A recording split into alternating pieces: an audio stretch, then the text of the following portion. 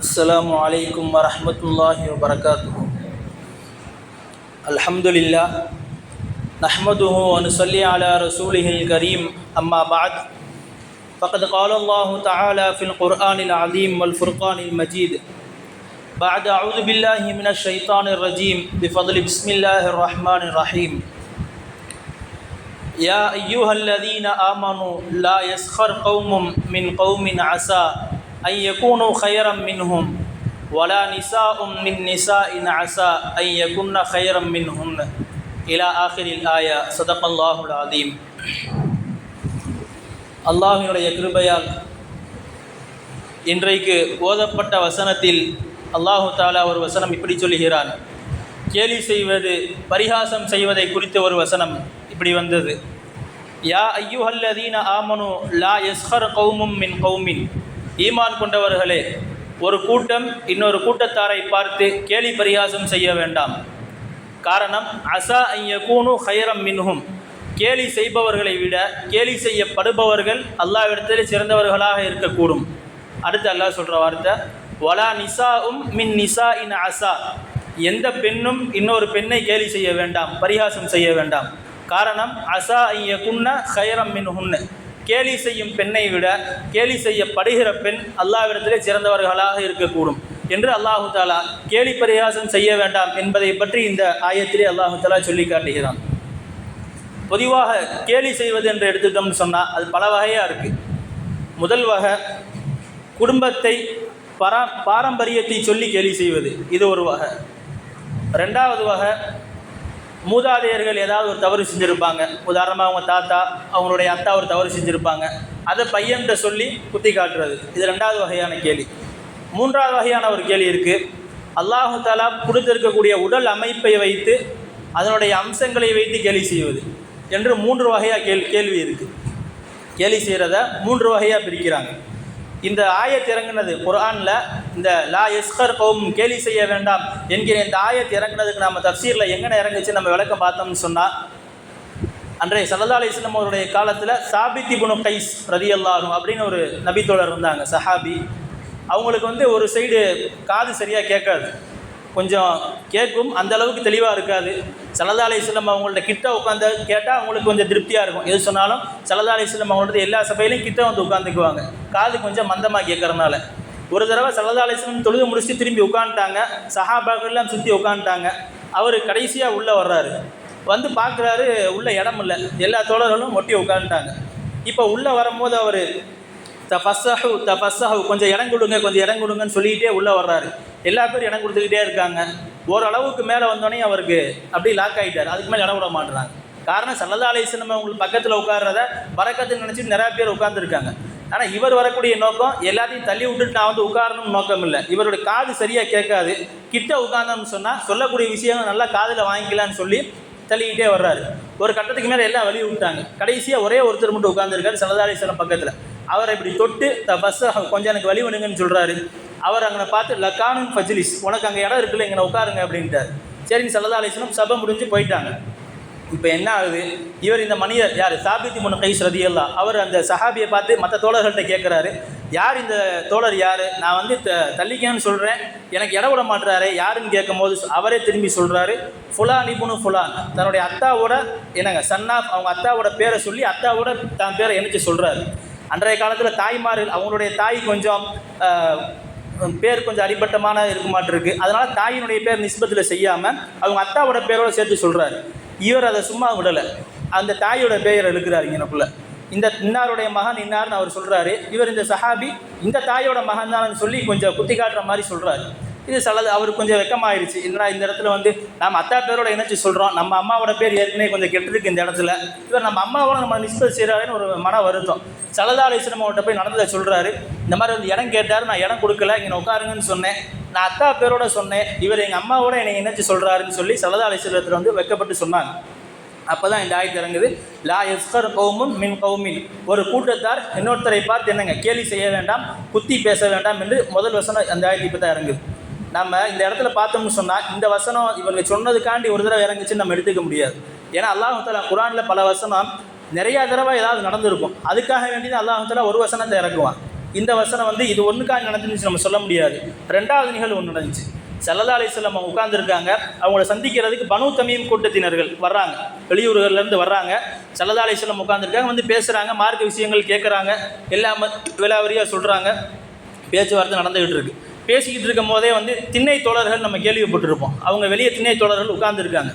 இவங்க கொஞ்சம் ரிச்சாக இருக்கிறாங்க, கொஞ்சம் ட்ரெஸ்ஸு கிஸ்ஸெல்லாம் கொஞ்சம் ரிச்சாக அப்படி வந்து உட்காடுறாங்க. பார்க்குறாங்க, வெளியே அவங்கள பார்க்கும்போது 4 பேரும் ஒரு விதமாக 4 பேர் அந்த திண்ணை தோழர்கள் உட்கார்ந்துருக்காங்க, ஒரு விதமாக இருந்தாங்க. முதல் ஆள் பிலால் ரதியல்லாஹு அன்ஹு, அடுத்து ஹப்பாப் ரதியல்லாஹு அன்ஹு, ஷுஐப் ரதியல்லாஹு அன்ஹு, சாலிம் மௌலா அபு ஹுதைபா ரதியல்லாஹு அன்ஹு. இந்த 4 தோழர்கள் என்னங்க திண்ணை மேலே உட்கார்ந்துருக்காங்க. அவங்கள பார்த்தா ஒரு மாதிரி ட்ரெஸ் எல்லாம் கொஞ்சம் ஒரு மாதிரியாக இருந்துச்சு. பார்க்குறாங்க, ஒரு மாதிரி ஒரு ஏராளமாக பார்த்தாங்க. ஆனால் பிலால் ரதியல்லாஹு அன்ஹு கொஞ்சம் நீக்குற மாதிரி கருப்பாக இருப்பாங்க, பார்க்குறது கொஞ்சம் விகாரமாக இருப்பாங்க. என்ன இப்படி இருக்காங்களேன்னு சொல்லி கொஞ்சம் ஒரு மாதிரியாக பார்க்குறாங்க. பார்த்தோன்னே அல்லாஹ் தஆலா இந்த பார்வை பிடிக்கல. உடனே ஆயத்தை இறக்கிட்டான், லா யஸ்ஹர் கௌமுன், நீங்கள் என்னங்க இன்னொருத்தரை பார்த்து நீங்கள் கேலியாக பார்க்க வேண்டாம், பரிகாசமாக பார்க்க வேண்டாம்னு சொல்லி அல்லாஹ் ஆயத்தை இறக்கிட்டான். இது 2வது இடம். 3வது ஒரு நிகழ்ச்சி நடந்துச்சு, அதுக்காக வேண்டி இந்த ஆயத்து வந்துச்சு. ஸல்லல்லாஹு அலைஹி வஸல்லம் அவருடைய ஒரு மனைவி பேர் சஃபியா ரதியல்லாஹு அன்ஹா. அவங்க வந்து யூத பெண்மணி. ஆரம்பத்தில் யூதத்தில் இருந்தாங்க. பிறகு ஸல்லல்லாஹு அலைஹி வஸல்லம் அவங்களுக்கு ஒரு போர் நடந்துச்சு. அந்த போர் மூலியமாக அவங்க இஸ்லாத்துக்கு வந்தாங்க. அதற்கு பிறகு ஸல்லல்லாஹு அலைஹி வஸல்லம் அவரும் நிக்கா முடிச்சுட்டாங்க. இப்போ ஸல்லல்லாஹு அலைஹி வஸல்லம் அவருடைய மனைவியாக வாழ்ந்துகிட்டு இருக்காங்க, சஃபியா ரலியல்லாஹு அன்ஹா. பொதுவாகவே நிறைய மனைவிமார்கள் இருக்கக்கூடிய இடத்துல இந்த பிரச்சனை வந்துடும். புதுசாக வந்தவங்களுக்கு முக்கியத்துவம் கொடுத்தாங்கன்னு சொன்னால் அந்த இடத்துல ஒரு ஈகோ ப்ராப்ளம் வந்துடும். ஸல்லல்லாஹு அலைஹி வஸல்லம் அவங்க அந்த உங்களுக்கு முக்கியத்துவம் கொடுக்குறத பார்த்து மற்ற மனைவிமார்களுக்கு பூரா பொறாமை. புதுசாக வந்தவங்களுக்கு என்ன ஸல்லல்லாஹு அலைஹி வஸல்லம் எவ்வளோ முக்கியத்துவம் கொடுக்குறாங்கன்னு சொல்லி சஃபியா ரலியல்லாஹு அன்ஹா அவங்கள மற்ற மனைவிமார்கள் அப்படியே கொஞ்சம் கொஞ்சமாக கொம்பளுத்துக்கிட்டே இருக்காங்க. முதல்ல அவங்க சொன்ன வார்த்தை யூத பெண்மணியன்னு கூப்பிட்டாங்க. ஒரு கட்டத்தில் யூத பெண்மணியன்னு கூப்பிட்டாங்க.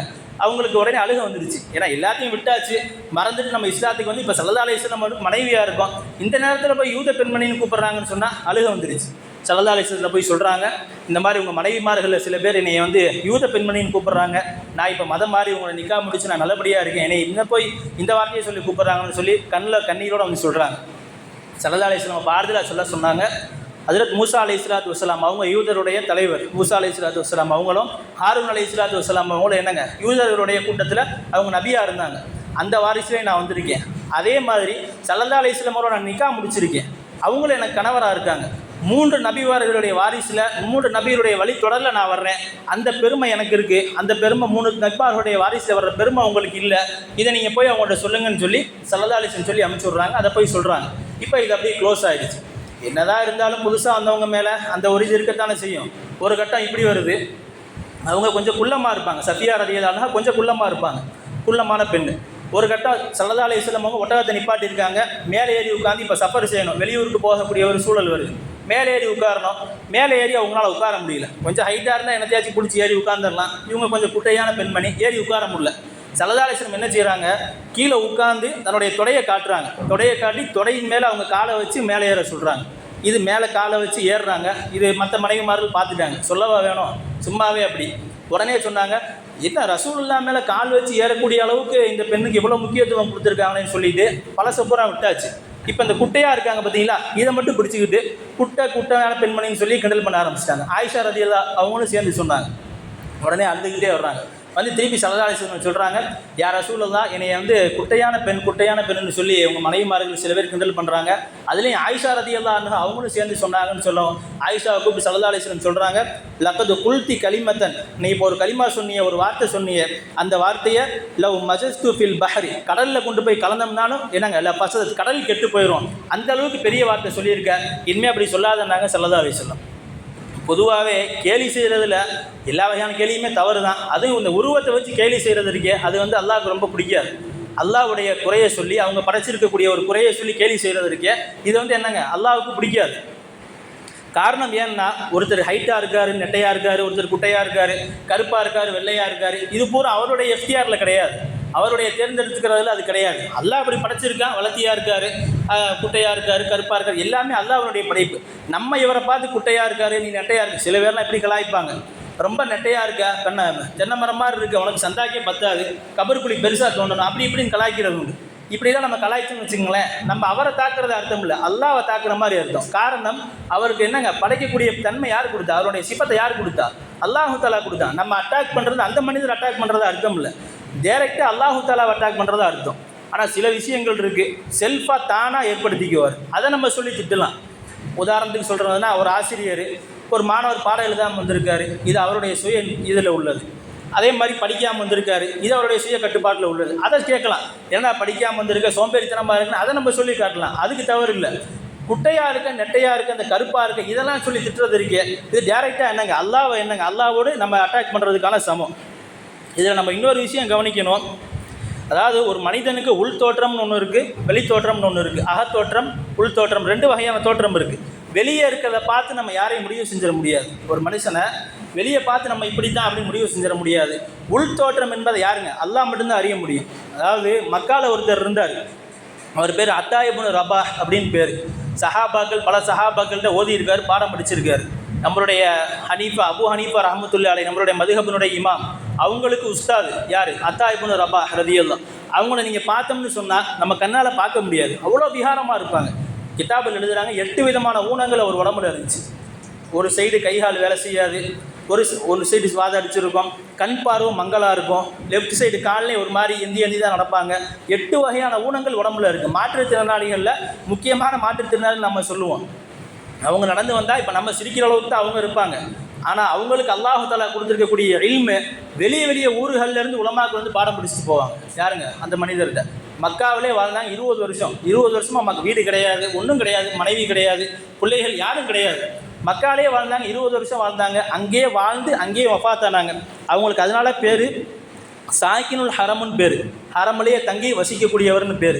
பெரிய பெரிய உலமாக்கள், கவர்னர்கள்லாம் வந்து அவர் அதாவது ஹஜ்ஜுடைய மசாஜ் கேட்கணும்னு சொன்னால் பெரிய சிம்மாசனத்தில் உட்காந்துருப்பாங்க. வந்து மற்றவங்க கீழே உட்காந்து கேட்டு எந்திரிச்சு போவாங்க.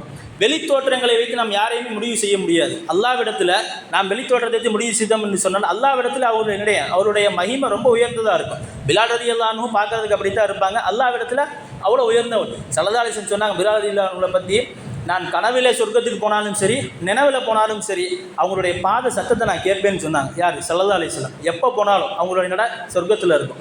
எனவே வெளித்தோற்றத்தை வைத்து நாம் யாரையும் முடிவு செய்ய முடியாது. நம்ம இன்னொரு விஷயம் கவனிக்கணும்.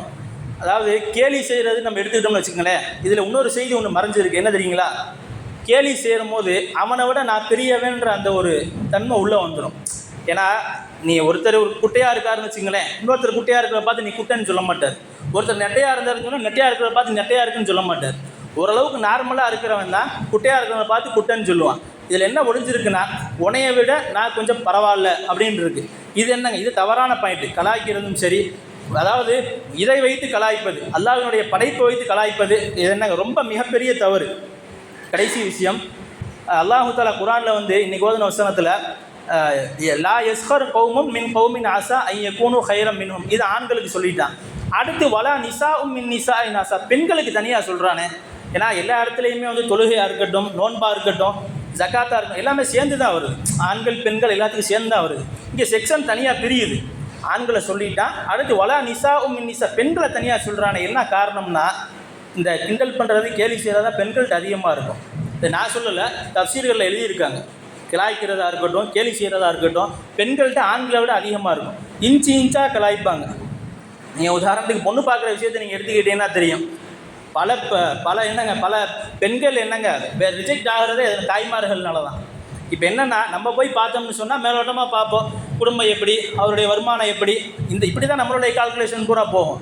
இதே வீட்டில் தாய்மார்கள் போய் பார்த்தாங்கன்னு வச்சுங்களேன், பெண்ணு கண்ணு சரியில்லை, மூக்கு ஒரு மாதிரியாக இருக்குது, கண்ணு நேராக பார்த்தா அது எங்கேயோ பார்க்குற மாதிரி இருக்குது, அது என்ன முடி என்னமோ விளக்கு மாதிரி கொஞ்சம் வச்ச மாதிரி இருக்குது, இப்படியே ஒவ்வொன்றா சொல்லி அந்த பல பெண்கள் முடி இல்லைன்னு சொல்லி ரிஜெக்ட் ஆன பெண்கள்லாம் இன்றைக்கி அதிகமாக இருக்காங்க.